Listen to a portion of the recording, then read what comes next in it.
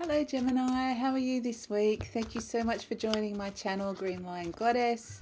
Let's find out, this is a general read for you guys, so let's find out what energy is around this week for the beautiful Geminis.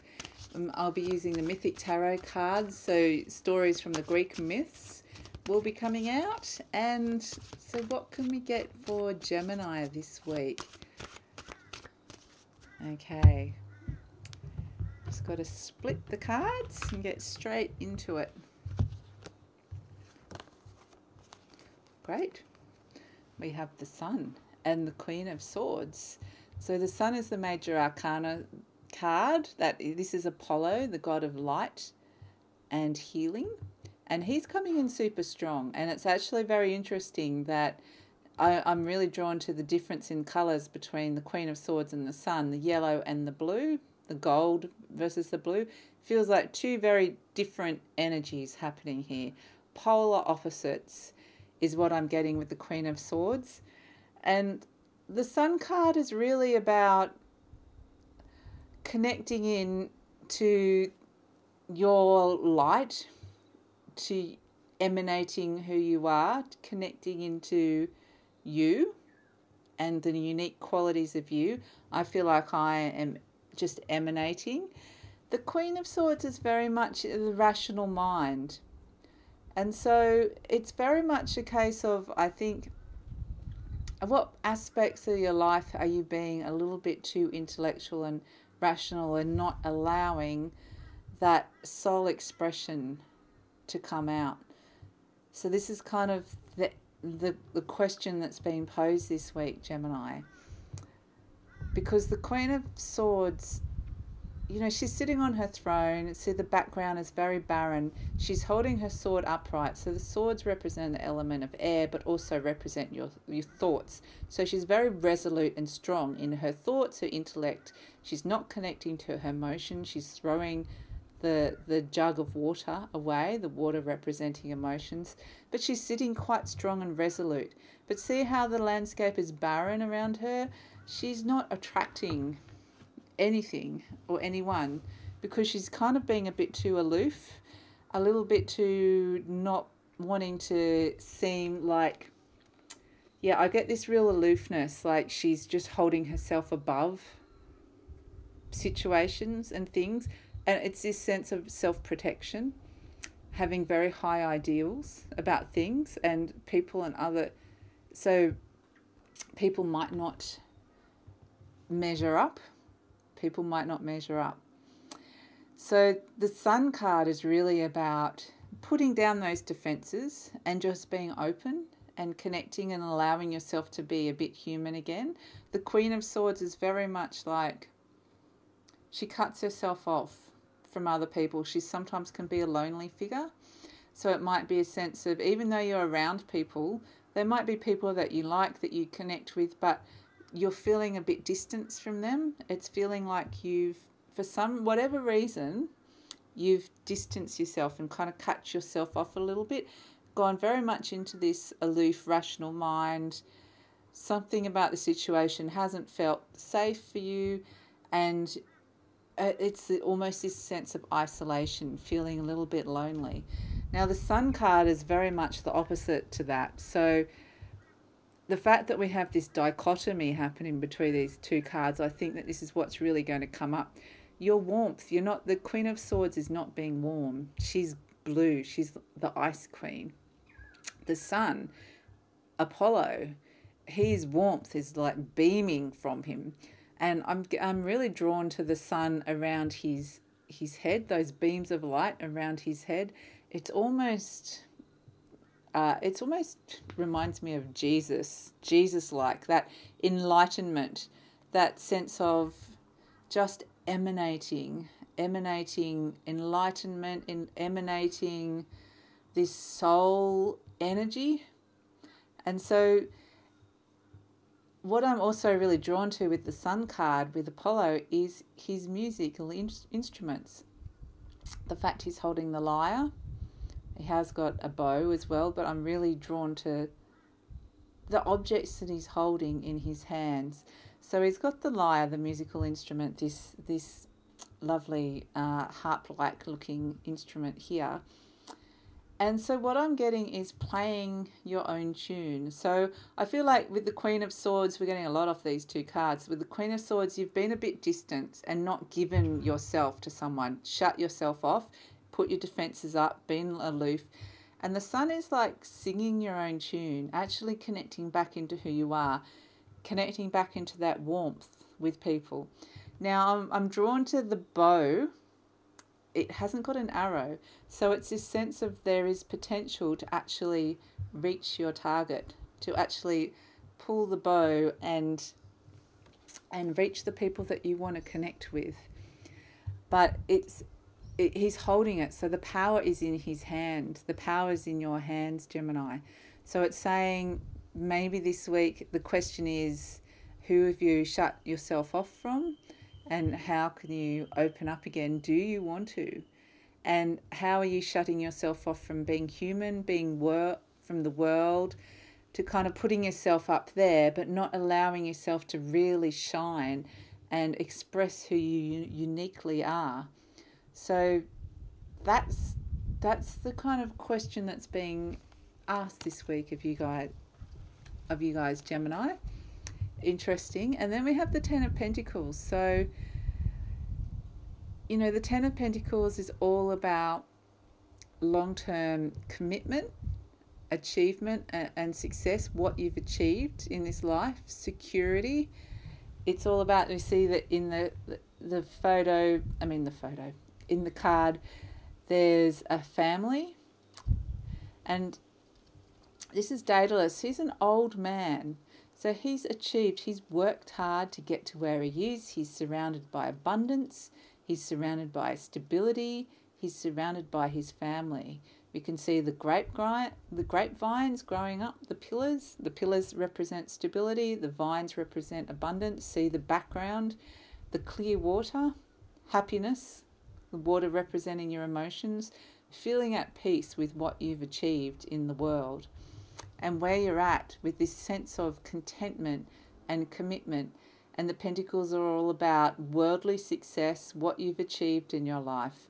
So, and also about just family, generations as well.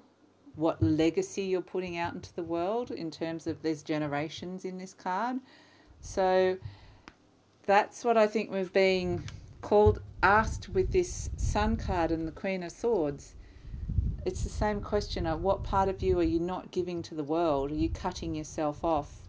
You're being too aloof. You're not giving. But the Sun is saying, you have your unique abilities. You've got your tune, your music, your unique tune that you can put out to the world. And so what is it that you want to do with your life? What is it that you want to create as a legacy in your world, in your life? And it's almost saying, can you achieve that being the Queen of Swords, being cut off, feeling aloof? Or do you need to integrate the Sun with the Queen of Swords in order to achieve this, the Ten of Pentacles, stability, achievement, contentedness, success, looking back at your life? But I really get the words legacy. And so we have the Ace of Wands. This is Zeus holding the world in one hand. He has the golden fleece draped over his shoulder, the fleece that can heal anything. And he has one huge wand with the flame. The flame is big. And it's interesting because I'm also drawn to the fact that we have the mountains here. And this is what I was talking about, converting. I think this card represents that. So see, we have the mountains here, but he's holding himself aloof and up high, but it's a different energy to this card, the Queen of Swords. With this one, he's got the fire energy, and it's kind of these, I'm trying to explain this, it's these cards combined, like I was saying, the two elements coming into power. So here we are above, we are risen, but it's a different kind of aloofness and standing off from the world. It's more a connectedness, that I'm on top of the world and I'm looking out and I've got my vision looking ahead for what I want to do. I've been ignited. I've found my fire. I've found that passion, that drive of what I want to put into the world. I've integrated. See how he's got the colours. The golden fleece, the gold from the sun, that warmth, that unique heat. And the golden fleece also represents healing. So it's kind of saying that part of you that felt like they needed to hold yourself above and remain aloof in the Queen of Swords, that part is kind of, there's an opportunity for that part to be healed, for healing for that part for this week. And he's also got the world in his hands. So he's converted the blue. It's really all about the colours this week. The blue of the dress of the Queen of Swords is the same as the blue in the world. This might sound like a stretch, but I'm just getting this in that it has converted from, she's very idealistic, the Queen of Swords, but she's aloof. But the idealism from this card, that idealism and holding things to a high standard, a high vision for the world, that's what's kind of being harnessed in a positive way in this Ace of Wands, if this is making any sense. So it's harnessing that into something that you can put out into the world, not be removed from the world, to put it out into the world. So that's what this Ace of Wands is about. Very powerful energy, and like I said, it's about creating a legacy. What do you want? And here we have the Four of Swords. So this card is, the swords are the element of air. They're about thoughts. And here we have Orestes sitting. Again, this is what I'm getting. Again, we're in the barren landscape. But what this is saying is, in order to get from the Queen of Swords, that aloofness where you're feeling isolated, to the Ace of Wands, where yes, we are kind of maintaining our high ideals, but it's with warmth, with our own unique abilities. You need to spend a bit of time here in the Four of Swords, which is taking some time out, putting your swords on the ground, putting your thoughts, that intellect, that defenses down, putting them in front of you. That's what I'm really drawn. And just detaching yourself from the situation, just putting your swords down. Like basically, you've got your sword up defending yourself in the Queen of Swords, putting them down, put your defenses down, take a look at the situation without judgment, without judgment, without feeling like you're under attack. This card is about standing back, taking some time to withdraw and contemplation. And so I'm just keep getting the message, put your swords down, put your defences down for the moment. And this is where you'll find the answers and how to move forward. And I feel like as well, what the feeling I'm getting is, this is related to how, if there's a group of people that you've kind of had your sword upright and you've held aloof to, it's almost like just lower your defences for a moment. You need just to see where we're going with this in order to kind of find a different avenue, a different way to move forward within this situation.